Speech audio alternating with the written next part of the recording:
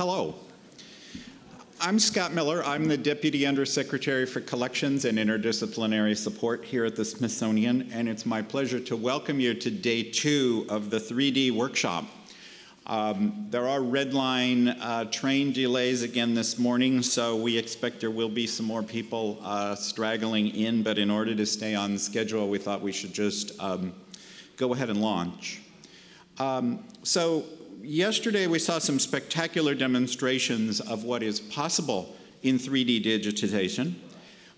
Today we will come back to sort of the reality on the ground a little bit and talk about the challenges of scaling up from the sort of showcase demonstration projects of 3D technology to what is required to take on high volume production.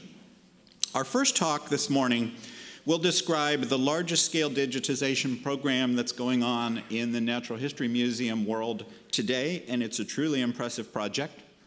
But first of all, let me try to describe, for those of you from outside of the Smithsonian, the challenges that we face in digitizing our collections, and in so doing, describe the continuum of needs and approaches that we have to balance in doing that. There are 4 basic reasons why we digitize our collections, and in some cases, all 4 apply to the same object. In some cases, there's one particular thing that is driving the digitization of a particular object. Those are inventory control. It's not exciting, but it's very important.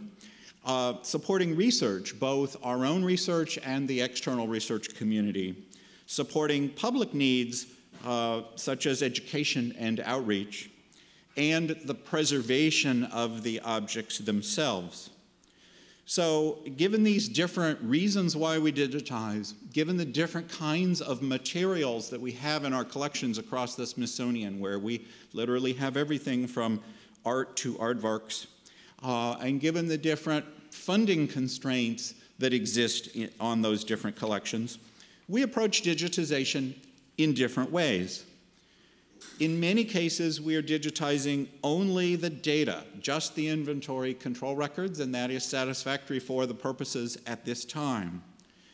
In many cases, we are digitizing 2-dimensional images. In some cases, that is all that is required. That's the industry standard because the material is fundamentally flat, like botanical specimens that are pressed onto paper sheets. In other cases, we would like to do more, but it's not logistically feasible yet. And then, as you saw in the examples yesterday, we are trying to do more in 3D imaging.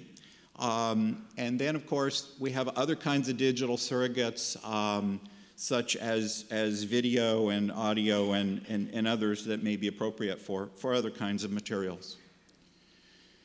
Let me just quickly try to describe the needs that we face at the Smithsonian, being the world's largest museum complex. We have about 137 million objects and specimens across our collections, but many of these are objects that have essentially identical data. So, for example, you may have 12 specimens of fish who are the same species collected at the same time and the same place, and they're in the same bottle. So for inventory control purposes, at least, it is the bottle that is the unit that you are really tracking. So if you sort of subtract out those multipliers, you end up with a number that we don't have exactly yet for various technical reasons, but it's something, say, on the order of 60 million objects that we need to inventory in a digital way. Now, we do have analog records for most of those things, given that we started doing this 150 years ago. We're also doing that catch-up game.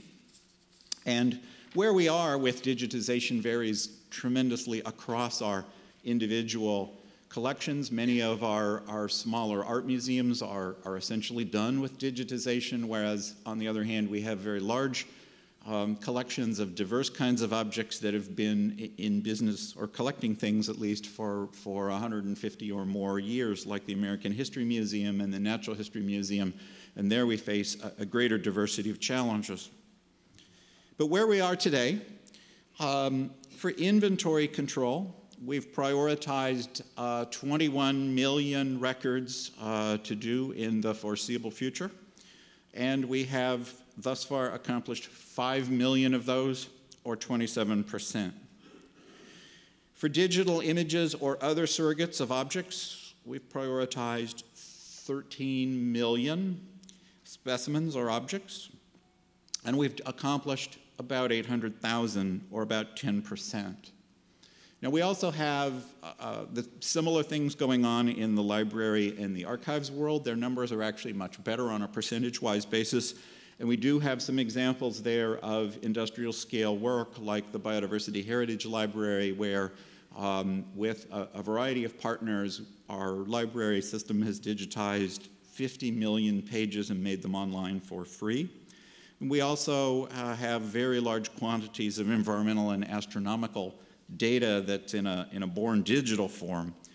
So much work remains to be done, but the important thing is we've made huge progress in being able to describe and characterize the need, and in seeking the best available tools, such as having this conference and having this discussion with the community. And I want to thank Gunter Weibel for leading that effort in the Digitization Office to really understand where we are and where we need to go next. So turning to this morning's talk, Naturalis is the National Museum of Natural History for the Netherlands. It's located in Leiden, which is a wonderful university town, a short train ride from the capital of Amsterdam. They are currently undertaking two very grand experiments. The first is that the Netherlands has taken a decision some years ago to combine all of their major zoological and botanical collections into one national museum. So that's 2 major zoology museums, 3 major herbaria, and a lot of other bits and pieces, and they've all brought that together into what has become one of the world's great natural history museums. The other is undertaking an industrial-scale project to digitize 17 million specimens across all the different areas of kinds of collections that they have in 5 years at an average cost of under €2 per item. In doing this, they've put a tremendous amount of effort into thinking about maximizing the efficiency of workflows. And I think that's the piece that is really interesting to this audience today as we think about what would it take to create 3D workflows that allow for that industrialization of scale. Now, I will note that the Naturalis project is really focused on 2-dimensional images, as you'll hear.